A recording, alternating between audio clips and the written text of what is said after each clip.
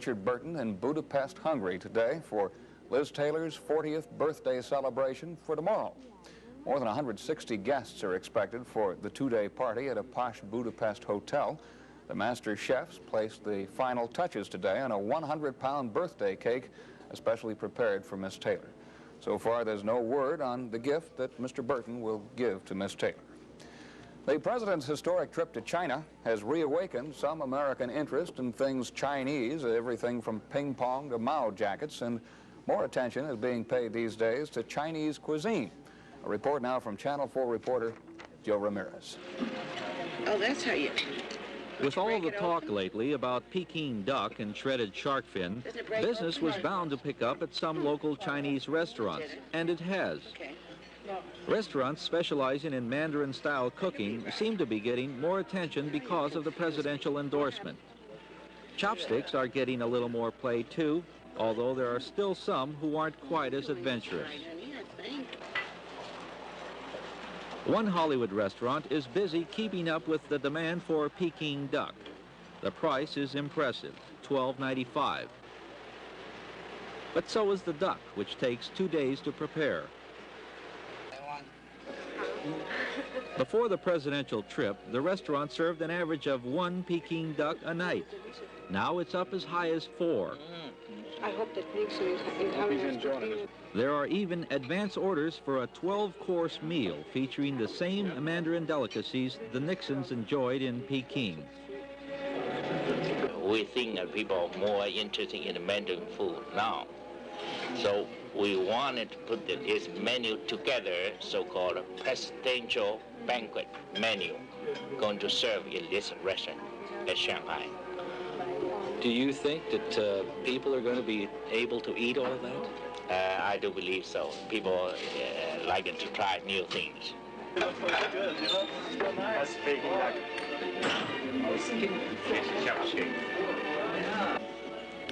Although most of us couldn't make the trip to Peking, we have one advantage over the president.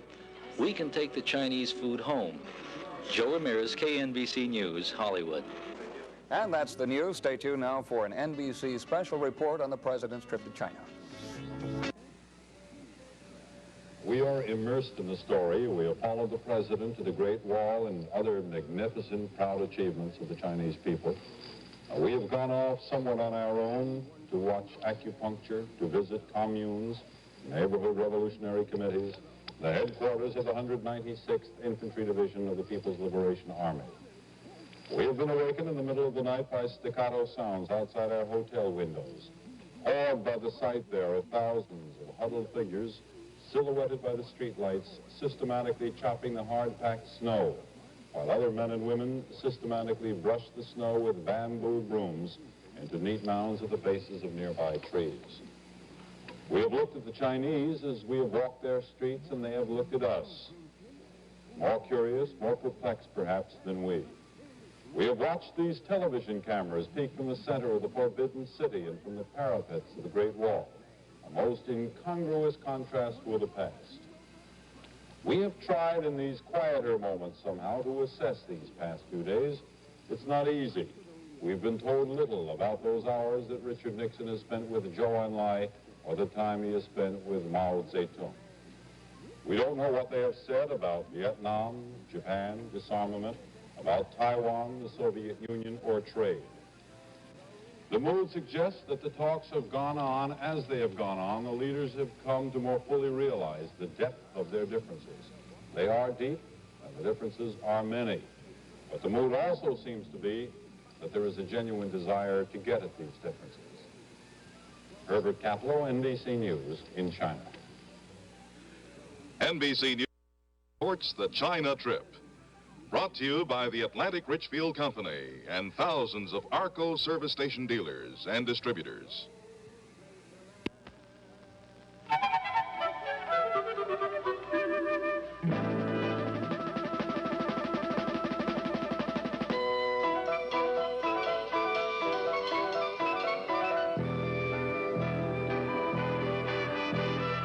Nowadays, many service stations come equipped with just about the same kinds of service, and a lot of this service is free, but not gasoline. On the average, you pay $250 a year for gasoline. And yet, in spite of what you pay, nobody really tells you what you get. We think it's time somebody gave you the facts. So now at Arco stations, we're going to list our ingredients and what they can do in plain English right on the pump. We're not going to use any gimmicky words. We're going to spell out what's in Arco gasolines. Those other things, we'll give you them too, but we'll also show you what you pay for. At Arco stations, we show it because we've got it. I'm John Marshall, NBC News, Los Angeles. A White House spokesman in Shanghai announced just a few moments ago that the expected joint communique by President Nixon and Chinese Premier Zhou Enlai now has been delayed for at least an hour and a half from right now. The communique will cover what was agreed on in those talks between the two leaders in the past week. You'll recall last night the presidential press secretary Ron Ziegler announced that the president and the Chinese premier had reached basic agreement on a number of matters. Informed American sources since then have been saying that the communique will provide for cultural exchanges, trade agreements, and a number of other important things. Now here's Edwin Newman with more coverage of the China trip.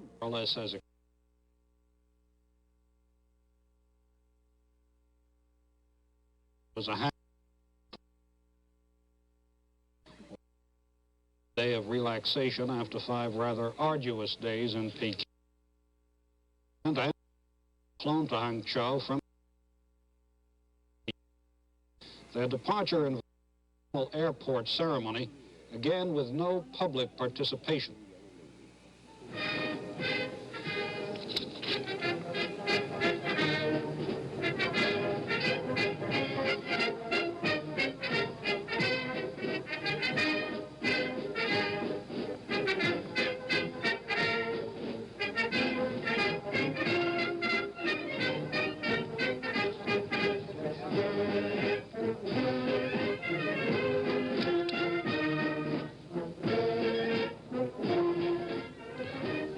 The plane was a Russian-built turboprop, an Ilyushin 18. It was the first time that Mr. Nixon, as president, has flown on a foreign aircraft. It had been in the air only for about half an hour when the president excused himself, left Zhou Enlai in the private compartment they were sharing, and went into the main passenger cabin to work. He sipped tea and conferred with his advisors.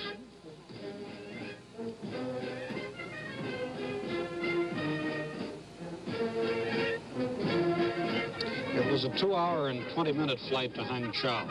NBC News correspondent Herbert Kaplow was there to cover the arrival. The new Hangzhou Airport Terminal was built by 10,000 people in 2 months. It was completed just 2 weeks ago in time for the Nixon visit. Chinese officials also mean it to handle an increasing number of foreign visitors. It was another simple arrival. Local officials were lined up at the base of the ramp to greet the president and Premier Zhou. Otherwise, there was no ceremony. On the 2.5-hour flight from Peking, the president spent part of his time conferring with Zhou, part conferring with staff members, presumably working on the communique to be issued tomorrow. From the Hangzhou airport, the president was driven to a guest house. From the guest house on Hangzhou's West Lake, the Nixons and their hosts went to a park, also on the lake. The park was crowded with old people and children, some of whom may have been brought in especially for the occasion. Others appeared to be ordinary workers on holiday. Mr. Nixon found some small children to greet.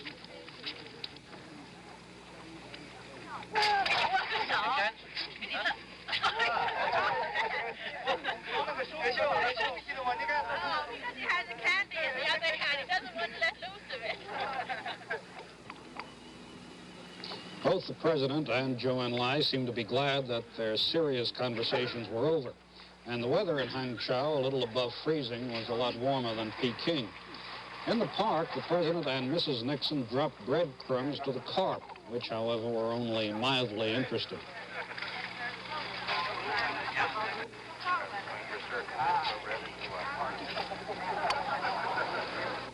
The president and the premier exchanged a few words with newsmen as they walked along. Hello, Mr. President. Hi. The Chinese had arranged a boat ride on the lake and to some of the islands in it on a 60-foot launch enclosed in glass. The ride lasted 2.5 hours.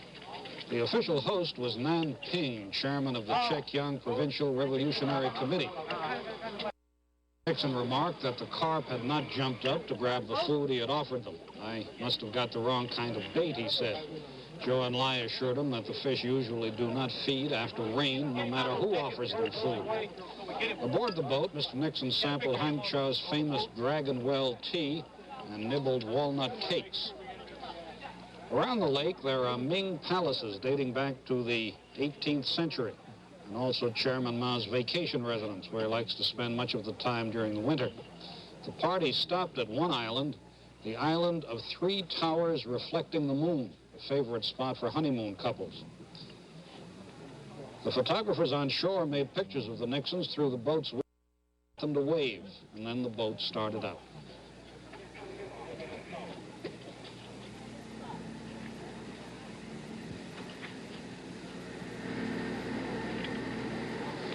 Meanwhile, White House News Secretary Ronald Ziegler had given newsmen the indication that any kind of agreement had been worked out between President Nixon and the Chinese.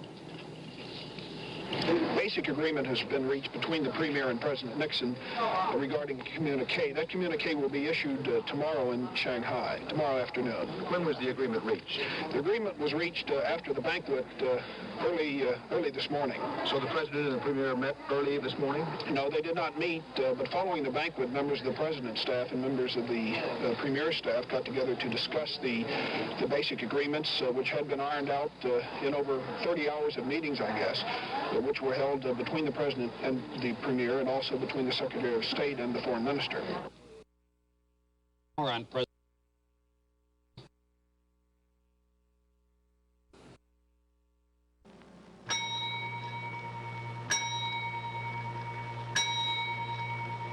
You know what this is. The average motorist stops by one about a year. All those pumps ringing up all those gallons. And all those pennies.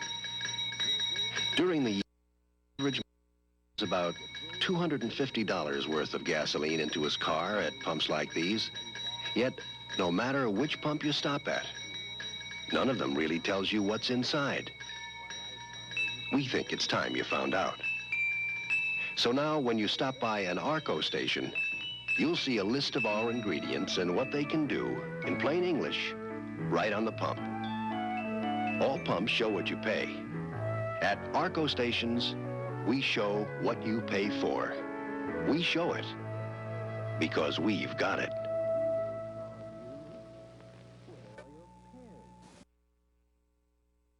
Of course, libraries of film and videotape. The library is where the good footage, the memorable footage goes. A good deal of that has come out of the China trip in the last week, and we're going to remind you of some of it now. Sights and sounds of President Nixon in China. The Great Wall of China is what we show you first, built 17 centuries ago to protect the Middle Kingdom against invaders. It stretches, broken and ruined, 2,500 miles along China's jagged northern rim.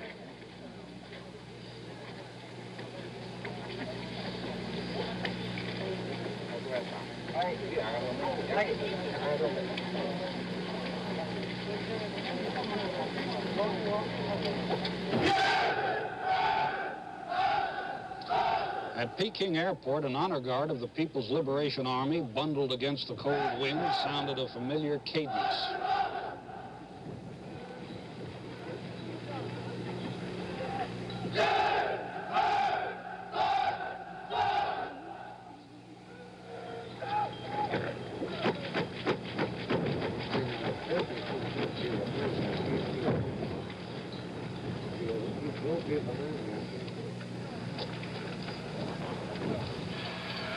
A handshake between Mr. Nixon and Zhou Enlai, Prime Minister of China. Everything rather cool and correct.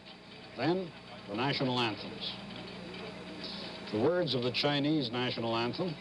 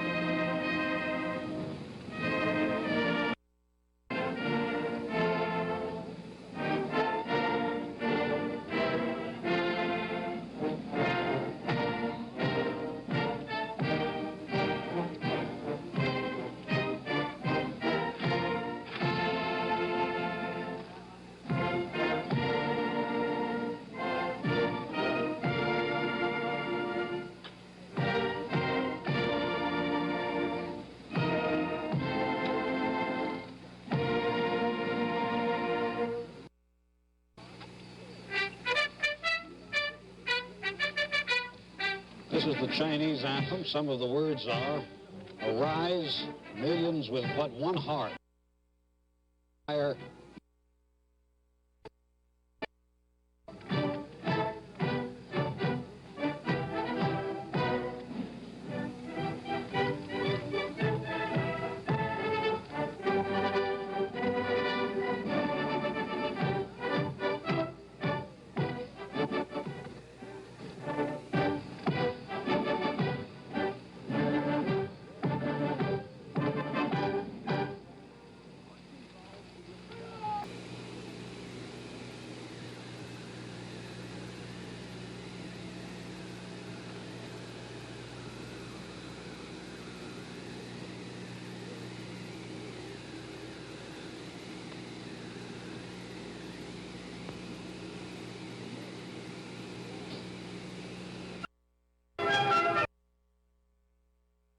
Diplomacy may be conversations through interpreters. It may be toasts during banquets.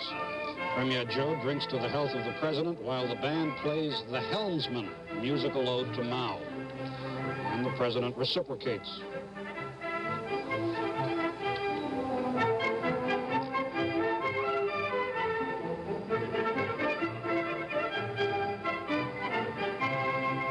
Mrs. Nixon, would you be kind enough to describe for our audience some of the beautiful foods you saw inside? This food is so exquisite that each dish was a treat, to tell you the truth. But I tasted, and I especially liked the sweet and sour pickle, and also these fried chicken slices. I hope to get some tips so that I can try these on my friends when I get home, but I'm afraid I don't have the right equipment. You need the special stove and the special pots, but they do it with such that it was just fun to see them in action. Does the president Chinese food? Does he have it at home? Yes, he does. He really enjoys it. And here he's even having it for lunch, as I mentioned earlier, instead of his usual cottage cheese. Are you ready to prepare the menu for Friday night now?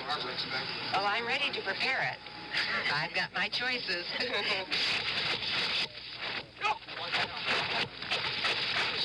People's Liberation Army staged a demonstration.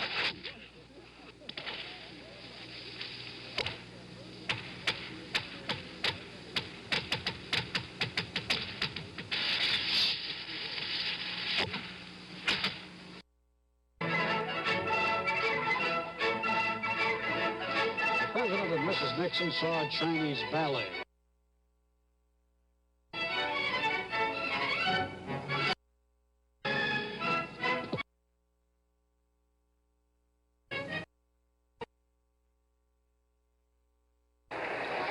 Twice in Peking there was heavy snow, and people by the thousands suddenly appeared, some with shovels, many with brooms, to sweep the streets clean. It became the most celebrated snowfall since the blizzard of '88.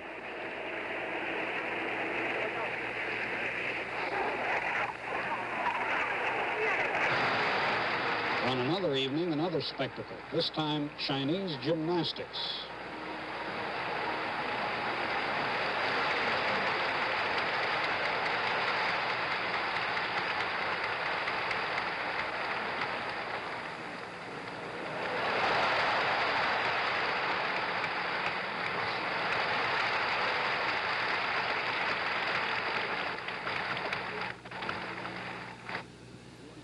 Snow softened the contours of the Forbidden City. It fell in gentle swirls upon the roofs and covered the works of art that guard the Imperial Palace gateways. Mr. Nixon paid a visit and looked around.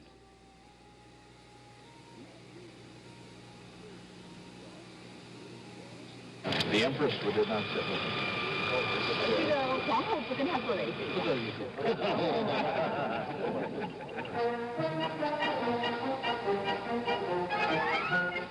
But it was at the Great Hall of the People in Peking that the most impressive pictures could be found. The American and Chinese flags side by side, and the Chinese and the Americans breaking bread together.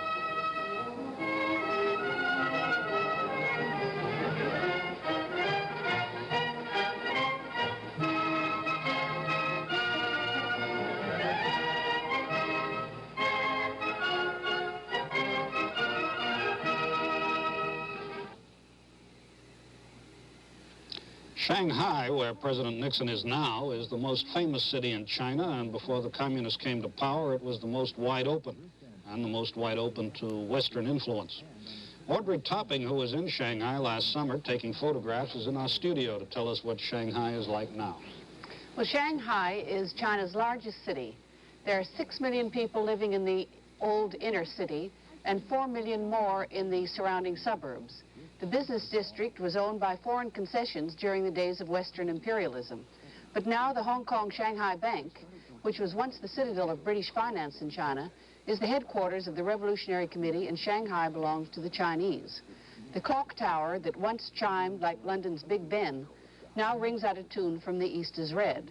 Suzhou Creek has been dredged so the city no longer smells. Shanghai was once known as the wickedest seaport in the Orient, but it has been cleaned up both physically and morally. Organized crime is gone with the slums, rickshaws, beggars, Cadillacs, and millionaires that make up old Shanghai. The Bund, or Shanghai's waterfront, was once a hangout for foreign sailors and their girlfriends. Now the glittering signs have been replaced by a portrait of Mao Zedong, and the waterfront has become a favorite place for early morning risers to do their exercises. Shanghai, once a fishing village, was built up to serve as a port for foreign commerce and industry. Now most of the foreign trading vessels have been replaced by Chinese ships. Chinese freight junks with their bamboo rib sails and small sampans still haul freight on the Yangtze River as they have for centuries. But a small shipbuilding industry where they make modern ocean-going ships up to 10,000 tons is in operation too. Many of the factories are located along the banks of the Huangpu River that empties into Shanghai Harbor. The air is polluted by the black smoke pouring out of the chimneys. Shanghai has the largest industrial output of any city in China. It produces textiles, trucks, and the red flag cars used by government officials. The people of Shanghai also make machinery, electronic equipment, turbines, chemicals, and over 2 million tons of steel a year. The factory workers often live in workers' settlements in the outskirts, where the new factories are being built. This is Pengpo settlement, where families from nearly 16 factories live in apartment buildings. The average apartment has 2 rooms like this, plus a kitchen and a bathroom. Each settlement has its own shopping center, hospitals, and playgrounds. There are also restaurants and schools. Here are some nursery school children learning portions from the revolutionary dramas. These, which are popular in Shanghai, these revolutionary dramas are the main source of entertainment for both residents and visitors to Shanghai. There are also large department stores with a variety of consumer goods and friendship stores where foreigners can buy old Chinese antiques and jewelry.